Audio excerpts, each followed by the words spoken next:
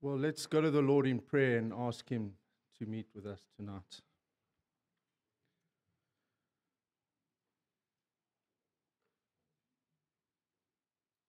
Lord, show us Christ. Lord, may you use me as an instrument of your grace to point your people to the risen King. Lord, give us hearts to hear, or ears to hear and hearts to understand. And Lord, may your word not return void, but accomplish that for which it's sent. I ask and pray for this in Jesus' name.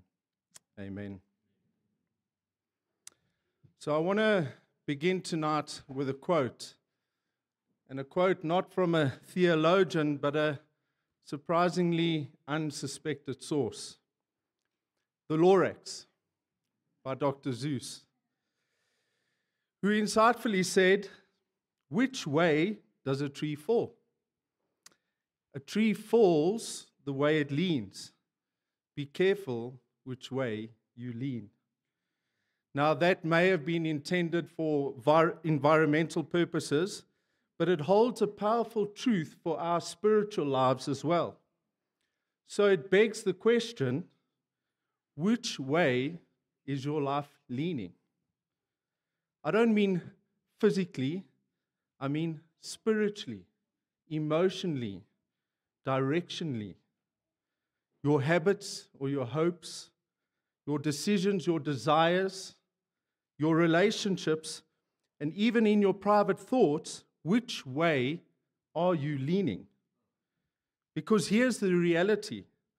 The way you lean will determine the way you fall. Over time, your lean becomes your trajectory, and your trajectory becomes your legacy. Think of that analogy where you just off 1 degree. 1 degree in the beginning is nothing, but over time, it becomes a massive void. Let me illustrate this with something potentially more familiar, the Leaning Tower of Pisa. Now, you've all seen it, but it's famous not for its architecture or its style, but it's famous for its lean. And most people don't know this, but it actually began to lean almost immediately when it was built in the 12th century. And why did it lean? Because the foundations were only 3 meters deep, and it was built on soft, unstable ground, clay, sand, and silt. At first it looked fine, but as they kept building, layer upon layer, the weight became too much, and the structure started to shift and lean. Slowly at first, but then noticeably, and eventually dangerously.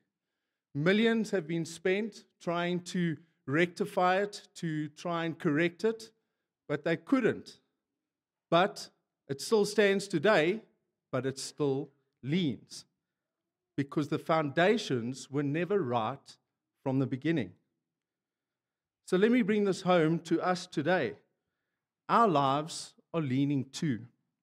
Whether we realize it or not, you are building your life day by day, direction by direction. And that building, your character, your faith, your future, is resting on something. It's either resting on the solid rock or it's resting on sinking sand. And eventually, the weight of life will come. The weight of disappointment, the storm of suffering, the flood of temptation. And when that storm hits, you'll fall in the direction you've been leaning all along. Jesus knew this. That's why he didn't end the Sermon on the Mount with a soft landing or a kind of doxology. He ended it with a warning, a parable, a choice like we heard from Tommy this morning. And in this parable, we see 2 builders, 2 foundations, 1 storm, and only 1 left standing. If you have your Bibles, and you can turn with me to Matthew 7, we'll be reading from Matthew 7, 24 to 27. Everyone who then hears these words of mine and does them will be like a wise man who built his house on the rock. And then the rain fell, and the floods came, and the winds blew and beat on that house, but it didn't fall, because it had been founded on the rock. And everyone who hears these words of mine and does not do them will be like a foolish man who built his house on the sand. And then the rain fell, and the floods came, and the winds blew and beat against that house, and it fell, and great was the fall of it. So that brings us to point number 1. Our foundations matter. Now, to understand Jesus' closing words in the Sermon on the Mount, we need to go back to how it all started. In Matthew 5, verse 20, Jesus says, "For I tell you, unless your righteousness exceeds that of the scribes and Pharisees, you will not enter the kingdom of heaven." Now, that would have shocked the original listeners. The scribes and Pharisees were seen as the most religious, the most disciplined, the spiritual elite. If they didn't qualify for the kingdom, who could possibly measure up? But Jesus wasn't raising the standard here. He was redefining it. The Pharisees measured righteousness externally, following rules, managing appearances, keeping the law on the surface. But Jesus was saying true righteousness begins internally with the heart and works its way outwards.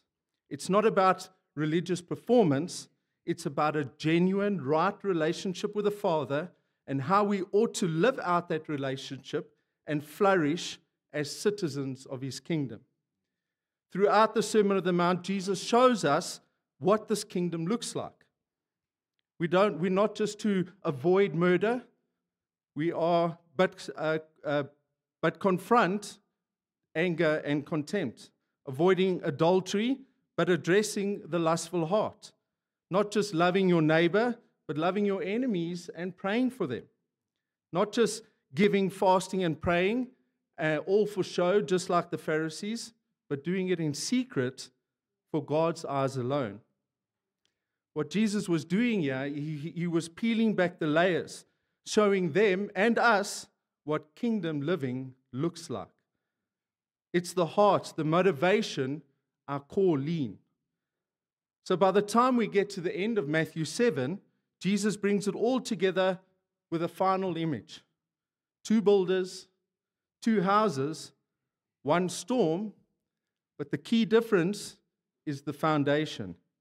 What he's essentially saying is, you've heard my words. Now we are confronted with a choice. Will you build on them? Will you hear them? Because hearing is not just enough. Agreement is not obedience. Admiring Jesus is not the same as trusting Jesus. Everyone builds. All of us are building on something. Everyone leans on something. But Jesus makes it clear, only those that hear and do what he says are building on the solid rock. You can come to church.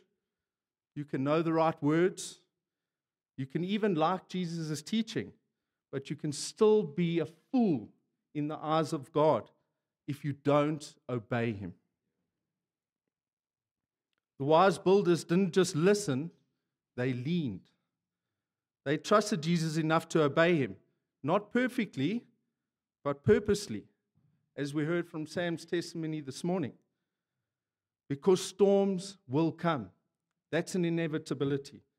James 1 says, "Count it all joy, my brothers, when, not if, when you meet trials of various kinds." And then later on in the same chapter, "But be doers of the word and not hearers only." Storm reveal what we are leaning on, not how impressive the house looks, but how deep the foundations run. So that brings us to my second point, where we see the same blueprint, but a different lean. One of the most sobering parts of Jesus' parable in Matthew 7 is that the 2 builders, on the surface of it, don't look all that different. Well, not at least at first. They both hear Jesus' words. They both build a house. They both go through the same storm. From the outside, they appear to be almost identical, spiritual twins, if you like.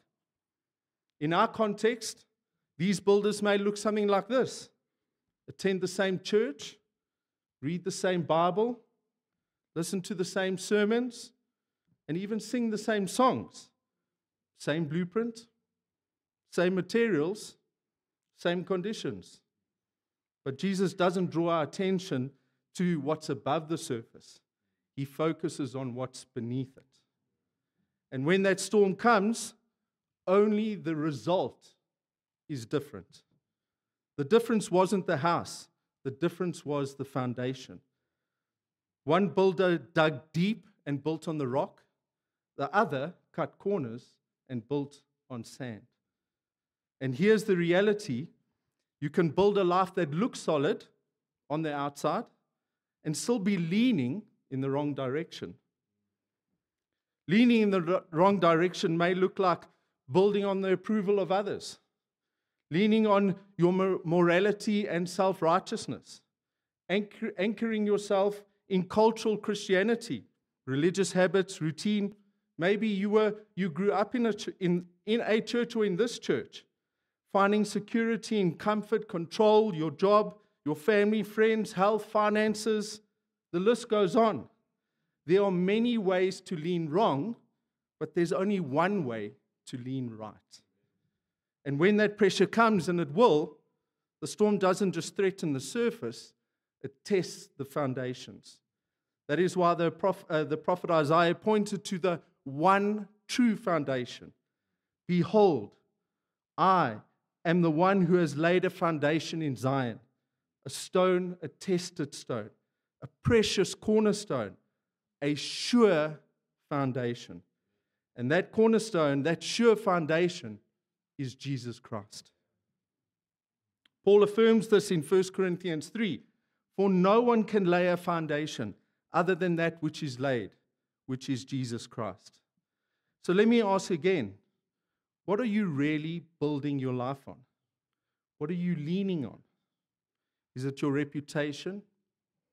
Is it your achievements, your comforts, your ability to cope? Or is it Jesus? People might think you're a wise builder because of how things look on the outside. But only those who hear and do Jesus' words, who trust and obey, are building on the rock. Because in the end, the test of your life won't be how things looked in the sunshine. It will be whether you're still standing after the storm. This brings me to my third point. The storm will reveal your lean. Jesus' parable in Matthew 7 isn't about construction. It's about crisis. It's about the storms. And here's the sobering part. The storm comes for both houses. Not just for the foolish, not for the disobedient. Everyone faces the storm. It may not come today, but it will come. Because storms are not hypothetical possibilities. They are inevitable.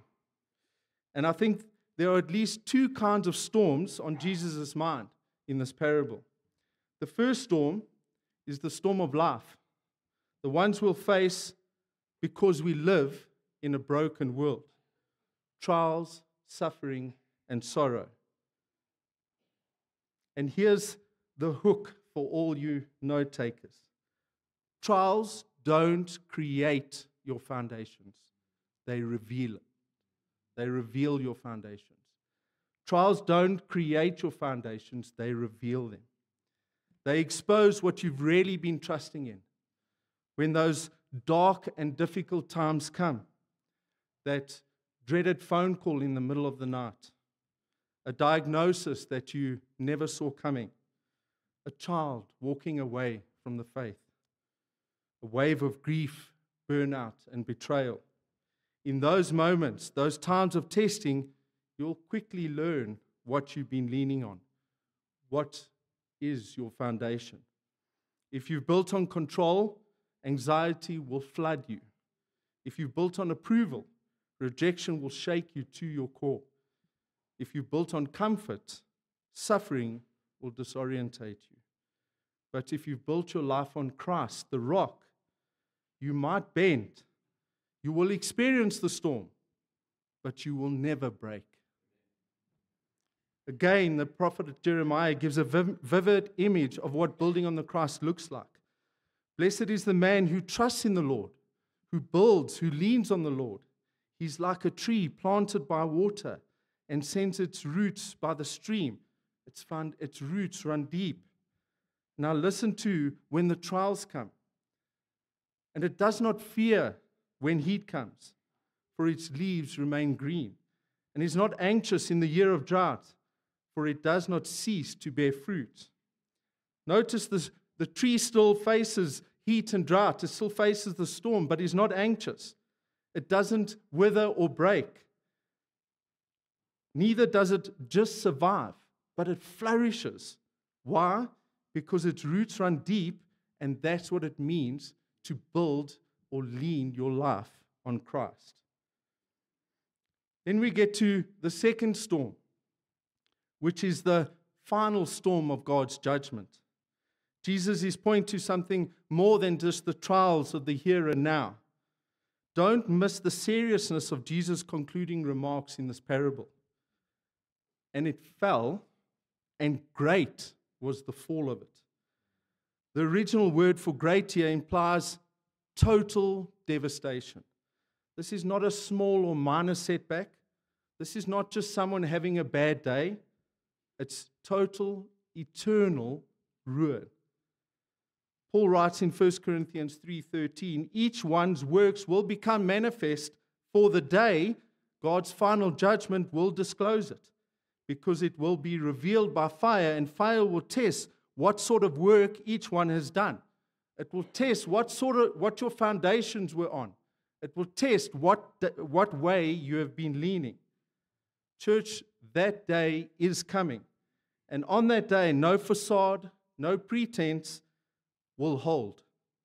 He won't ask, did you go to church? Did you sound spiritual?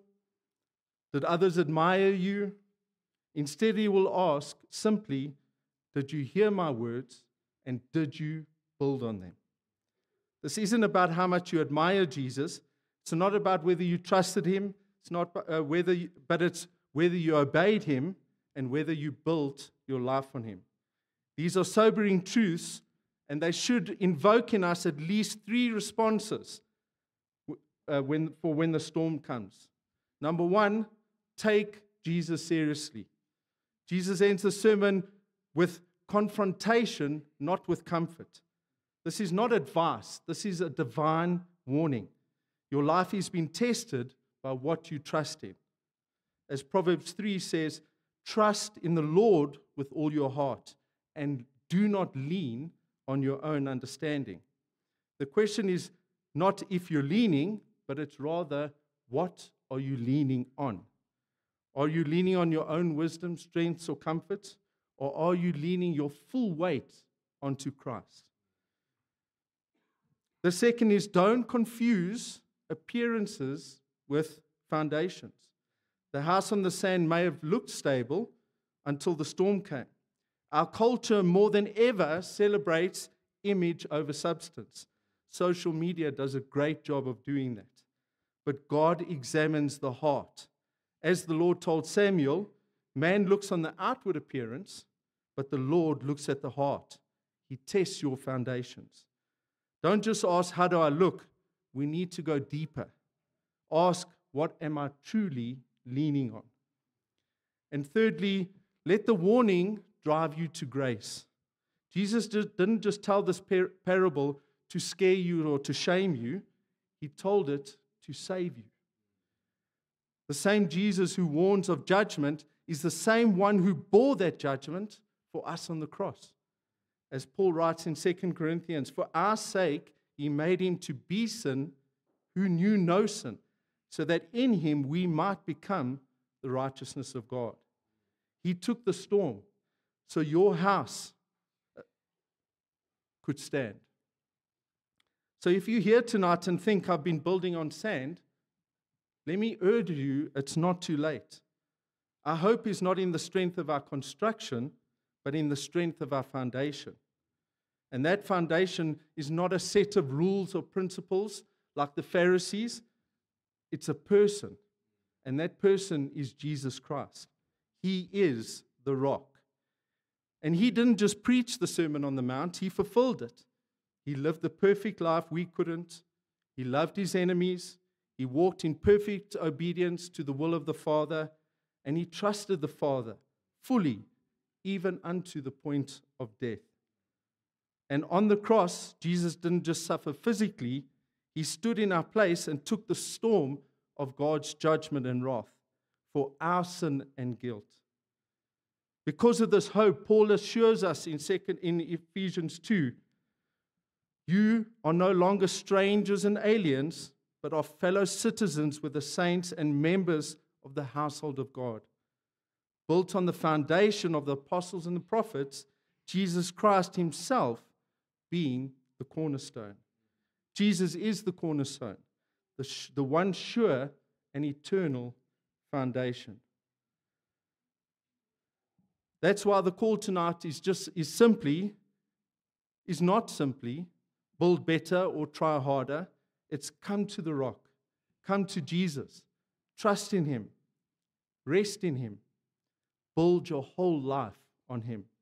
Yes, the storms will come, but your house, your life, and your soul will stand. Not because you built well, but because he is the unshakable foundation beneath you. So let us conclude where it all started with Dr. Seuss. Which way does a tree fall? A tree falls the way it leans. Be careful which way you lean. So let me ask you one final time. Which way is your life leaning? Not just on Sunday or in those big crisis moments, but in the quiet, ordinary rhythms of life, when no one is watching, when temptation whispers, when fears creep in, when you feel that weight of grief and pressure. What are you leaning on in those times? Because the storm is coming, but so is the kingdom.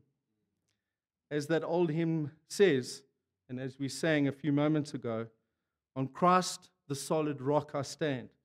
All other ground is sinking sand. Church, be careful which way you lean. Lean on Christ. Trust in him. Build on him.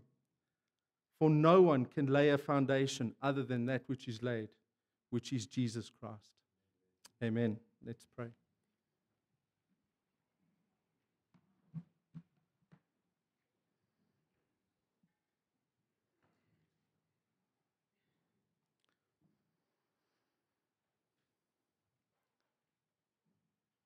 Lord, help us to be more than just hearers of your word, but doers of your word also. Lord, we are thankful for your word, and we pray that it would be useful for us as a church, that we would build our lives on the solid rock, which is Christ, and that your kingdom would come here on earth as it is in heaven. And we pray for this in Jesus' name. Amen.